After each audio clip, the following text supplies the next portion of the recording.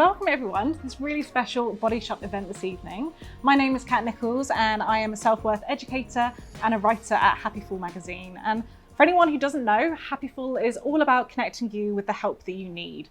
And we do that through our mental health and wellbeing directories, where you can search for professionals such as counsellors, nutritionists and life coaches, and through our monthly magazine, which is all about sharing really helpful self-help articles, inspiring stories, and content that really breaks down the stigma of mental illness. And we're teaming up with the Body Shop this evening to celebrate their amazing self-love uprising movement. And we're going to be talking about all things self-love with these amazing humans. So I'm really, really excited for us to get started. And hopefully by sharing a bit more about our personal journeys, some tips to help us cope with setbacks that we come across, and also just by sharing some really helpful advice, hopefully you'll take away something from this. So before we get started, I'd love to do some introductions. So Shareefa, if we start with you, would you be happy to introduce yourself? Yeah, so thank you very much. What a wonderful introduction. Hi, I'm Shareefa. I'm a plus size model. I'm a presenter and a mental health activist for Calm Zone, the charity. Yeah, just do a bit of everything really. Just out here trying to promote something a bit different and bring a bit of positivity and happiness and joy to people's feeds, hopefully. Thank you. And Cathy, how about yourself? Hi, I'm Cathy. Thank you for introducing us. I am a mother, an editor and a journalist specialising in disability and motherhood, but also just in like having a laugh. That's kind of me. Brilliant. And Rebecca? I'm Rebecca Kimberly. I'm a psychotherapist, a life coach, and I'm training as a clinical psychologist as well. So all things mental health. Yeah, thank you so much. And to kick off on this subject of self-love, I'd love to get into this idea of self-love being a journey rather than a destination, because I don't know how you guys feel, but that's definitely how I feel about my own journey. And I'd love to hear a bit more about where you feel you are on your own journey to self-love, and maybe what has come up for you in that, and where you feel you are now after the pandemic. So Shareefa, we'll start with yourself. It's a great question. Where are we now after the pandemic? I mean, I don't know. How do you feel? It's a great question. I think for me, I personally have definitely been on a journey with it, because I struggled with an eating disorder when I was younger, and body image issues has always been a thing for me. I thought I was in a brilliant place years into my recovery, and then the pandemic happened and my body changed. And I thought I was fine with it up until the point when we started seeing people again. And that brought up some stuff for me. So I thought I was in a certain place, and then I realised I'm somewhere else. So that's why I think it really is a journey. You're not always where you think you are. Yeah, I'm really glad that you've brought that up, because I think not enough of us have spoken about the severe impact it's had on our mental health. I think the pandemic has been, even if you were in a quote unquote good situation in the pandemic, there was still so much anxiety, so much worry, not really knowing what was going to happen day to day. I know that on a personal level, I found it really difficult. I lived alone. I also had an eating disorder many years ago, 10 years ago. So food definitely became a bit of an issue during the most difficult months. I think that January period where things were really tough. I did find myself turning to a comforting meal and having to kind of heal my relationship with food again, which is something that I've always had to work on in the past. So yeah, it's been really, so where is my self-love after the pandemic? I mean, I got through it. I lived alone and I didn't go completely insane. So I feel like, I got through it, and that has definitely put me in a place where I feel I didn't realise I was as strong as I actually am. So I think it's nice to know what you're capable of, realise what you're capable of. Absolutely. I don't think you're alone there. I think a lot of people have gone through that. Thank you. Cathy, how about yourself? Oh, what a year it's been, right? It's like I could talk about this for about 5 hours, I think. Just because it's just been so like up and down. And as Shareefa said, I think no matter like what place of privilege you're in, this year has just been undeniably hard. And for me, like Shareefa's kind of faced her demons with her past eating disorder, I've been facing demons around the kind of isolation of single motherhood in the pandemic, especially because like in the earlier months, we had to isolate 5 times, me and my kids together. There was no one else. And that was just like, whoa. And my relationship with self-love has definitely like been impacted by that. And I've been forced to kind of think about myself and prioritize myself in ways that I might have avoided doing before and got away with, because, right, in my belief, you can't really be, in order to be the best parent to my children, I've got to put myself first. And I wasn't really doing that before, but I had to suddenly in this time. And that's been really interesting. And I've developed like this really strong passion over the pandemic also for skincare and body care, which is really cool. But I always thought that industry was never for me because there was never anyone that looked like me in it, right? And so that's been something else that I've kind of developed my own self-love journey with as well in this time, which has been really interesting. So it's been, a lot of journeys intertwined, but it's been good. It's definitely not a linear thing, is it? No, it's not linear. Yeah. How about yourself, Rebecca? Yeah, it's quite interesting to reflect on my own journey, as usually I'm thinking about my clients' journeys, and being a therapist is a lot about mental health, but doing it through a pandemic is something else. So to really think about it about myself, it has been a journey. I have depression and social anxiety, so when I came into the pandemic, that was like the best thing for me. I was like, this is great, I don't have to leave the house, this is really good. But then after a couple of months, I was like, this is actually really bad. You know, I was working a lot, I'm doing a doctorate, so it was all quite study in the house, in the one room that I was in. So I really had to kind of teach myself how to get back out there using all the things I know as a therapist, but actually starting to really get to know myself.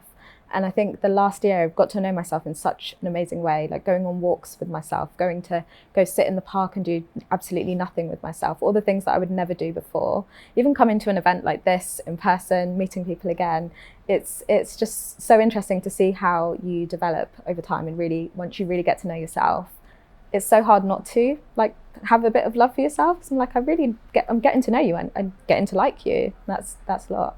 Yeah, absolutely. I think the pandemic has definitely taken away some of the things we may have used to distract ourselves to get there. There's something that we can use to distract ourselves, and I know I've definitely fallen prey to this, is social media. And Cathy, I'd love to talk to you about this because I know you're brilliant on Instagram. I follow you, fab on there. And I'd love to know, how does interacting on social media impact your relationship with yourself, and how do you set boundaries around that? Okay, so massively. So when the pandemic started and we had all those bouts of isolation, I was like, it's fine, I've got my friends online that I don't even know. I'll just talk to them all day. But then my mental health took a massive dive because I was comparing myself to all these other single mothers. I was comparing myself to all these other disabled women. And it was just like, it was endless. And I was also comparing myself to people that weren't even in my situation at all, or had nothing to do with me, but just had something that I didn't have. And that made me feel crap. And then the other thing of like, if you're always kind of available online and stuff, and especially if you have a public presence and people follow you who you don't know in your personal life, you're always kind of open to negative reaction as well as positive reaction. And when that comes at a time of having no boundaries around your own social media presence, that can really hit in ways that you might not expect. And so that definitely happened to me a couple of times, and I was like, whoa, this is actually, I can't deal with this, it's really heavy. I need to put some boundaries in place. And so I have, but it is always a journey because sometimes it just sucks you in. That's what these platforms are designed for. That's what they're designed for. Yeah, they want to keep you in there. And I think what's great, what you've done is you've created a boundaries highlight, which I noticed. So people can go there and see that. I just think that's a great thing. But it's something you have to reiterate again and again, I can imagine. And something that can happen on social media and in the real world is dealing with rejection, whether that's rejection from other people or from society as a whole. And Rebecca, I'd love to hear your thoughts on this, about how you've coped with rejection in the past and how your self-worth work that you've done has helped with that. I think with rejection, it's a hard thing to define, but it very much feels like a felt sense, right? So in that moment, I just try to feel it and really try to get to know it, get to understand, why am I feeling this way? Often we just kind of use the term and we just feel rejected, but what is it? Is it that I feel like that person has rejected me as an individual or whatever it is? So I really try to get to understand that. And then I just try to kind of put perspective on it, that whatever it is that like I've been rejected from, whether it be kind of jobs or the doctorate I did, I had to apply 19 times and it was the 20th time, like 19 different rejections over 5 years. That can do a lot to your confidence and everything. But when you put perspective on it, that what is my value, my mission is not based on what I do or who I, like the people around me or their opinions of me, they are just that. So when someone is rejecting, I feel like they're rejecting me. They don't know me to reject me as an individual. So it's just that actually that opportunity, that person, that whatever is not for me right now. And I think we can also get sucked into, I really want this thing and this thing doesn't want me, or I really want this person and this person doesn't want me. But we have to ask ourselves, like, do I like them? Do I care enough about their opinion genuinely, enough that for them to, their opinion to kind of really define my whole life? So perspective can be so helpful for you to just feel it. It's an awful thing to feel, but actually it's not everything, and that's helpful for me. Exactly. And how have you kind of built up that inner validation for yourself to kind of be able to let those rejections wash over you? I think it's really, as I was saying before, like spending time with myself and allowing myself to actually define who I am before I allow others to. And then that helps me to be like, well, actually, that doesn't fit with me. So when some people are like, oh, you know, you're really quiet or you're really loud, I'm like, you don't know me. So actually, that's an observation that you're taking from this one specific thing. And I choose what I want to kind of attach myself to and not. The people around me that I know and love and that also know me in very different ways, they also help me to define who I am. The clients that I work with, the way, all of those things, when nobody else is around, how do I define myself? And then that's what helps. I love that. I think there's something about keeping a very small circle of people around you that you value their opinion and what they care, and everyone else can do what they want. And so rejection is something that can definitely hinder our self-love journey, and comparison is another thing. Cathy, you mentioned it earlier, something you were experiencing a lot.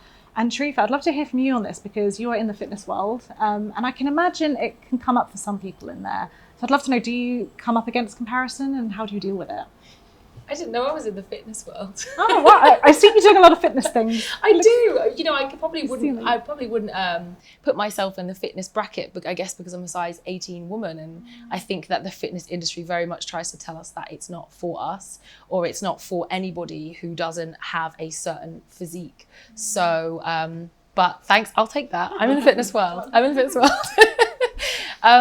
But yeah, comparison is definitely the thief of joy. I mean, I think for me, the biggest thing I compare myself to is, you know, predominantly I'm a plus size model. And so my industry is very competitive. There's only a small pool of other plus size models and only a small amount of clients to work for. So particularly in the pandemic, I was seeing other people doing loads of jobs, like this person's shooting ASOS from home and that person's doing that. And, you know, someone's like, I just bought myself a house. And I'm like, oh my God, I can't even afford beams, you know? So I think it's really easy to look at what other people are doing and saying, well, why didn't I get that? Or why didn't I do that? Or I'm right for that, but I didn't get that. I think I always try to remind myself that the you that you are there is no comparison, because you are the only you. So even if you know, someone is prettier or more skilled or more talented or richer or whatever it is, they will never be you. So I always remind myself that that's our superpower, that I don't think that we pay enough attention to. So that's kind of my little mantra. And how do you think people can embrace that more? How can people lean into their uniqueness more? Wow. I think connecting with different communities. Like, I love social media. I love it and I hate it, actually. I love social media because you have the power to, for the first time ever, connect with people that you probably would have never had access to before the world of social media. You know, you used to live in a little town and the people you'd have access to are the people in your town and the people that are near enough to you, and you'd end up being like those people and becoming friends with the people. But now with social media, you can find a community for whatever mood you're in. You know, if you want to make things out of clay, go on social media and type in like clay creations and, you know, it will come up with, you could probably make a bunch of friends online at the touch of a button and go and join a club. And so there's I think a way that people can kind of find that power is to connect with communities that maybe are not the ones that they are currently in. You know, find something different or something that suits you. Find your tribe. Yes. That's what I was going for. I love that. That is such a good point. And as you said, it's so much easier now. And I think that's another thing that maybe has come out of the pandemic, is that people are connecting easier online. They are able to, have video fitness classes and things like that, and just join in with other people. And offline now, I'm noticing people are a lot friendlier. Like, hey, let's go for that brunch. Let's go for that coffee, when it never used to happen. It's exciting now as a day trip. Yeah. Brilliant. So I would love to get some tips from you lovely people about what you would say is your number one tip for dealing with your inner critic. So if we go down the line, Shareefa. I think I already said it though. We'll say it again. I don't think it can be said enough. Embracing your uniqueness. Our parents have told us, just be yourself, but really just be yourself, because there's no better way to be than who you are. Be who you are fully. Walk in your truth. Walk in your power, and I think you'll find you'll be good. Yeah, brilliant. I love that. Cathy, how about you? I think this is something I definitely don't do enough for myself, but have to remind myself of, is just to be gentle. Because I might not be doing it exactly how I want it to be done, or it might not be pleasing someone else. But nobody else knows what's going on in my head, or what's going on in my life, or where I'm at in my journey. And this is the best I can do for now, for whatever reason. It doesn't matter why, and that's okay. And just making peace with that. Absolutely. I love that. Rebecca, how about you? I was going to say quite similar, that just being compassionate with yourself, but to give a different response, I guess, really trying to understand what the inner critic is trying to hold me back from, and then trying to do exactly that. So even, doing events, trying to show up in places like, oh, nobody wants to hear what you have to say, or all of those things, actually just give it a go and see how that goes, and find ways that it's limiting you and try to do the opposite. I can really relate to that, actually. Something through my eating disorder recovery, I kind of made a bit of a game of it. The thing that I was being told to do, I was like, I'm going to do the opposite. And it's very scary, but it's amazing what power it reminds you that you have, that you can do that. And I love that. And I would just add to that, one of my tips would probably be to ask for the evidence. Because I think when your inner critic is going off, it can come up with things that aren't true. So by stopping and just saying, okay, what's the evidence you've got for that? Usually it doesn't have a leg to stand on, and then you can start thinking of a counter phrase to that, like, actually I can, and just start doing it. So yeah, appreciate that. And to finish off, I'd love to hear one of your self-care practices or routines that helps you love yourself and love your body a little bit more. So again, if we go down. So because I'm in the fitness world now, I think that my one, it's going to have to be movement, I think. But movement without rules and without limits, and whatever I feel like doing on the day. It could be 10 minutes of activity, it could be an hour of activity, it really doesn't matter. And just, yeah, I take part in loads of different things. I row, I swim, I cycle, I run. I don't, people say they dance in the bedroom. I don't do that. Terrible at it. But, I do. I love to move. And I think it's an amazing thing we can do for our mental health. I think it's incredibly liberating and freeing. But I would always say people should find the movement that is right for them. Because going to the gym and trying to pick up weights that are too heavy for you, surrounded by loads of mansplainers who are going to tell you that you're doing it wrong, in a pair of trousers that are too tight, you're not going to feel good. It's going to be the worst thing you've ever done. So I would say just do what feels right. When you're moving, wear what you want, do the movement that you want to do in your own time with your own limits. And I think it's going to be good for you. I love that, and it's the intention behind it as well. It's not necessarily to make yourself look a certain way or to be a certain way or anything. It's just to do it to feel good. And I am the one who's dancing in my bedroom. That is the one thing I found throughout the pandemic that I love doing. I don't know how. And that's really fun. But yeah, for me, like running and swimming, things like that isn't for me. But having a little shimmy in my bedroom works. Brilliant. Cathy, how about you? So as I said before, I've kind of really got into skincare over the pandemic. And what I didn't anticipate in that journey was how it would make me really look at my body in ways that I might have avoided before and like skimmed over. But I was like, no, I have to do this properly, right? I have to put this cream or whatever it is on properly. And then it was like it started a journey that I didn't even mean to go down, of like actually caring for my body in a way that felt lovely, that felt like I loved it. And that for me now is one of my main methods of self-care. And people often say to me, but I can't afford like skincare products and stuff. You don't need like loads of stuff.